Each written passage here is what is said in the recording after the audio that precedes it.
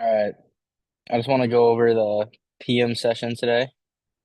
Um, because I would have taken a banger ass trade. Um, but it wasn't my model. So let's get into it real quick. Uh, yeah. I just want to do more work on just like chain and state delivery and like higher time frame gaps and all that. So real quick, just want to go over um where are we? Yeah, so that was the morning session, right? All this. And then 1 o'clock was right here on, I'm looking on ES right now. We started displacing upwards, right? And we opened up this 15-minute fair value gap.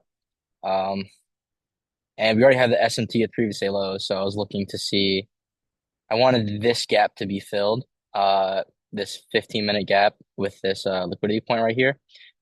Um, that was my target. So 15-minute gap, right? That could have been an entry on its own. We did take that. If I did take that on its own, could have just done little little of that action. Oh, a little bit of that. But I want to get a return, but I want to get a better fill, right? So you're going down into the 5 minute, right? So this is the 15-minute fair value gap marked out. We also have this 5 minute gap layered on top of it. Um, so you see price also came down to the opening price of this, so that's order block. And we then inverse this 5 minute gap. Uh, that was like pretty textbook, right? We came into a 15-minute BISI and then we inversed a 5 minute for value gap from it, also tapping this order block, and there's no reason for price to go lower. Everything else is balanced. And the draw is higher. So what I did, right? Kind of choked because I did enter a trade, but really light position just because um just because it's not my usual model, but I still wanted to take it because it was a good trade. Stops below this low right here, because this inverse should hold price. And if I wanted to come back into the 15-minute fair value gap, it can. Letting it have room there, and then TP would have been up here. Uh, Honestly, I probably would. I wasn't gonna take any partials.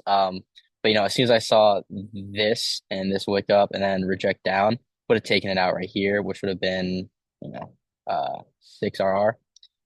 Um, and yeah, like it was kind of perfect, right? Entry and everything, and it kind of choked, right? Because it came into this, filled me with the tap back into the inverse, and I got out like here. And I know I got it in profit like right here, and then it just shot up like that. Like it pumped for no reason right then. Um, so I would have been up a decent amount.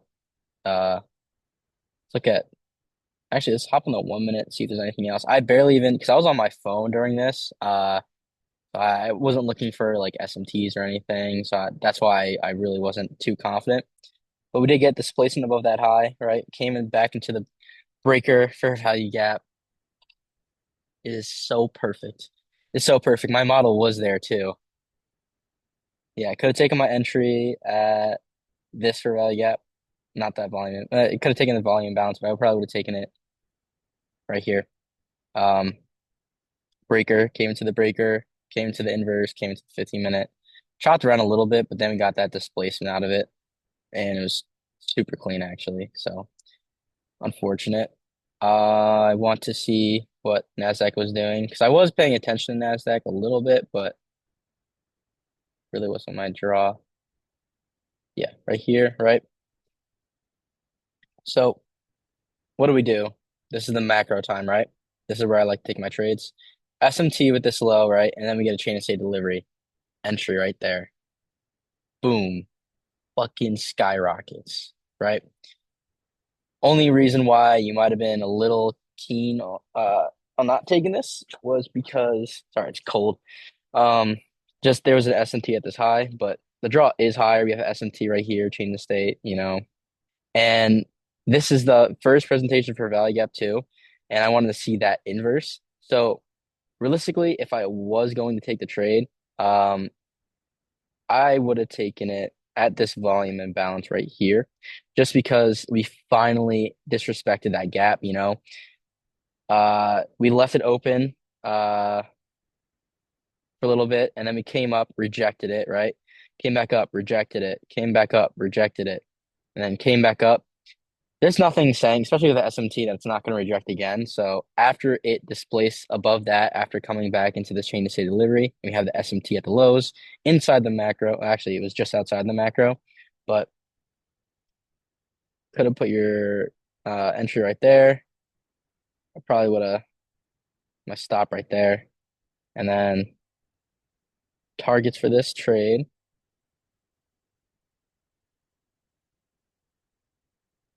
Hello?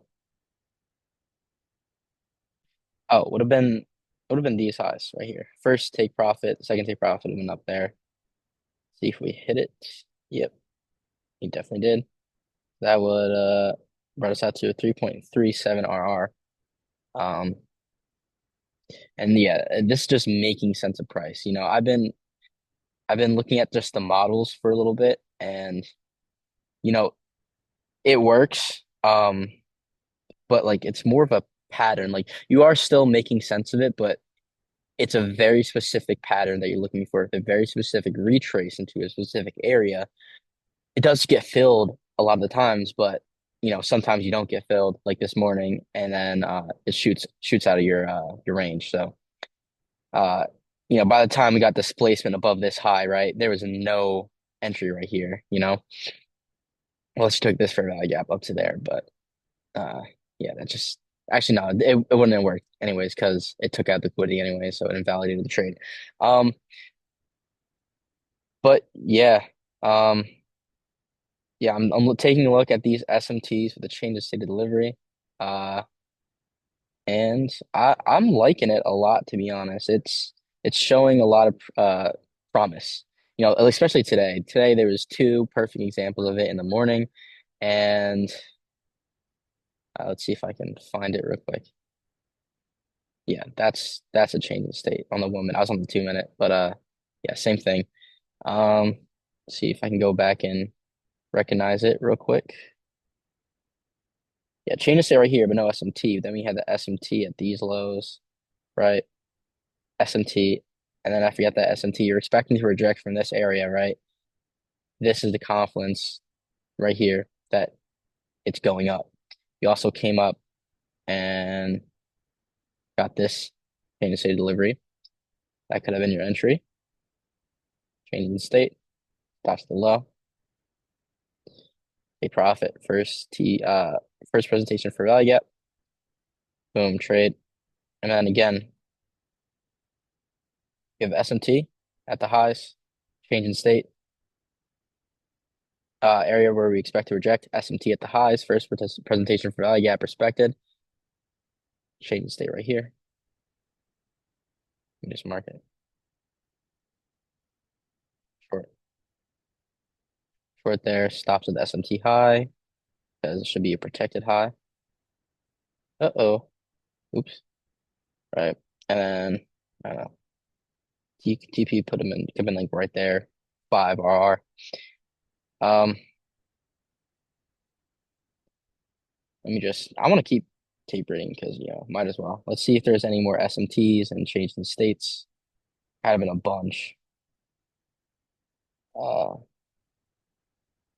yeah, let's knock that down a little bit. Um,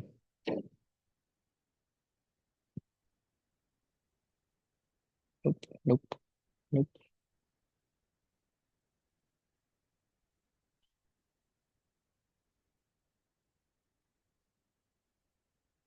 Yeah, all this shitty price action. Yeah, yep, SMT change of state. Yeah. So when you see an SMT change of state, it's in the the direction of your drawing liquidity. Um, it's a good spot to enter. PM session, right? Took that. in that trade. I think I might start implementing like 5 minute inverses or something like that, where I can actually take those trades or these S&T CISDs. Because 22 model does work. I still will be trading that 100%. It's a very good entry, unicorn entry and everything. Um, but I would like to see better opportunities or more opportunities even. And this seems to be it.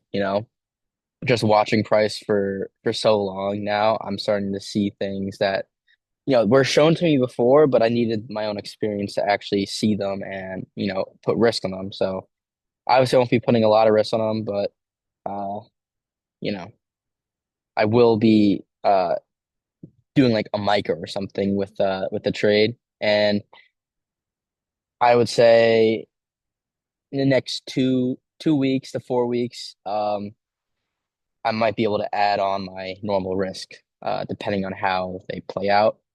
Um, but yeah, that's it.